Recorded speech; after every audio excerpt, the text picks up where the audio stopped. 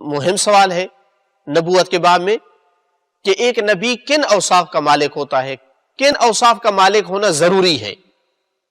چاہے ہم نے نہ پڑھا ہو اس کی تاریخ کو صحیح معنی میں، ہم نے نہیں پڑھا کہ مثلا جناب زکریا کی تاریخ کیا تھی، جناب ابراہیم علیہ السلام کی تاریخ کیا تھی، وہ کیسے تھے، لیکن کون کون سی اوصاف ہے کہ چاہے ہم نے وہ نہ بھی پڑھی ہوں ایک نبی کے بارے میں، تب بھی ہمارا عقیدہ ہونا چاہیے کہ وہ ان اوصاف کا مالک تھا۔ تاریخ پڑھنے کی ضرورت نہیں ہے۔ ضروری ہے، اس سوال کا جواب عرض کر رہا ہوں، ضروری ہے کہ ہم عقیدہ رکھیں کہ ایک نبی جس کو اللہ اختیار کرتا ہے وہ تمام فضائل و کمالات کا مالک ہو، یعنی عقل مند ہو، ذہین ہو، قوت ارادہ اور عزم رکھتا ہو، شجاع اور بہادر ہو، سخی ہو، غیرت مند ہو، رحم دل ہو، متواضع ہو، وغیرہ وغیرہ، جتنی انسانی اچھی صفات ہیں وہ ان کا مالک ہے، اور ہر وہ صفت جو عیب ہے اس سے وہ پاک ہے، چاہے وہ جسمانی عیوب ہو جیسے جزام کی مرض ہے، برس کی مرض ہے، یا وہ اخلاقی عیوب ہوں ان سے بھی وہ پاک ہے، بغض نہیں رکھتا ہے، کینہ نہیں ہے، حسد نہیں ہے، بخل نہیں ہے، لالچ نہیں ہے اس میں، بزدل نہیں ہے، وغیرہ وغیرہ، جو بھی روحانی جو ہے وہ امراض ہیں ان سے وہ پاک ہے۔ اسی طرح تیسرے نمبر پر یہ بھی ضروری ہے کہ اس کا حسب نسب پاک ہو۔ اس کی وجہ کیا ہے؟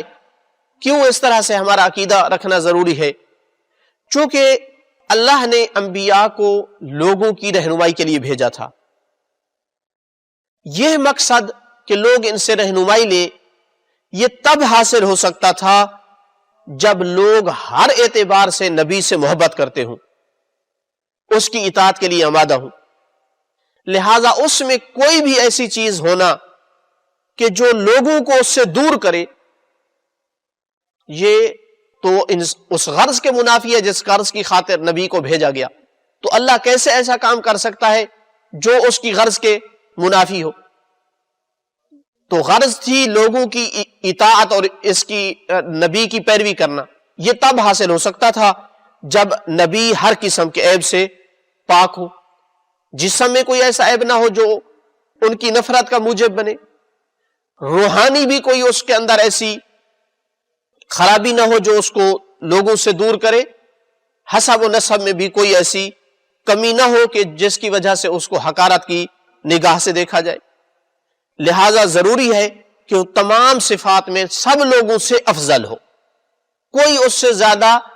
اپنی اس کی امت میں اس سے افضل نہ ہو، کیونکہ اگر کوئی افضل پایا گیا تو ضروری تھا کہ اللہ اس کو نبی بناتا، کیونکہ کسی مفضول کو آقا اور رہبر بنانا کسی افضل پر یہ کبھی ہے، یہ برا کام ہے، اللہ تعالیٰ اس طرح کا کام نہیں کر سکتا ہے۔ قرآن مجید میں ارشاد ہوا فَبِمَا رَحْمَةٍ مِّنَ اللَّهِ لِنْتَ لَهُمْ وَلَوْ كُنْتَ فَظًّا غَلِيظَ الْقَلْبِ لَانفَضُّوا مِنْ حَوْلِكَ، پس آپ رحمت خدا سے ان کے لیے نرم ہیں، اور اگر آپ تند مزاج ہوتے، اگر آپ سخت دل ہوتے تو یہ آپ سے دور ہو جاتے۔ یہ آیت اشارہ کر رہی ہے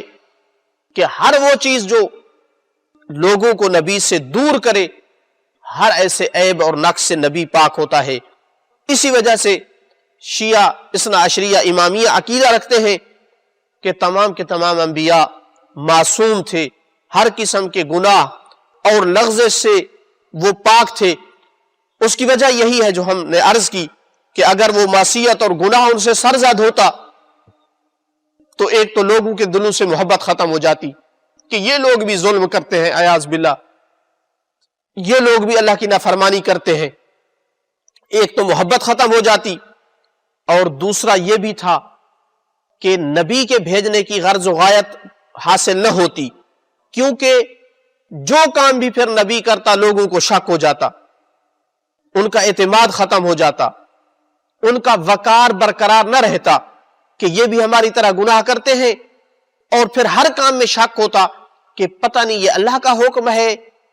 یا یہ نبی عیاذ باللہ گناہ کی وجہ سے یہ کام کر رہا ہے، یہ بات یا یہ کام حق ہے جو کر رہا ہے یا یہ باطل ہے. جب وہ بھی گناہ کر سکتا ہے تو پھر ہر کام میں یہ شک ہو جاتا، اس سے اعتماد اٹھ جاتا، اس سے محبتیں ختم ہو جاتی. لہذا ضروری ہے کہ نبی معصوم ہو، ورنہ نبی کے جو بھیجنے کا ہدف ہے وہ حاصل نہ ہو سکتا.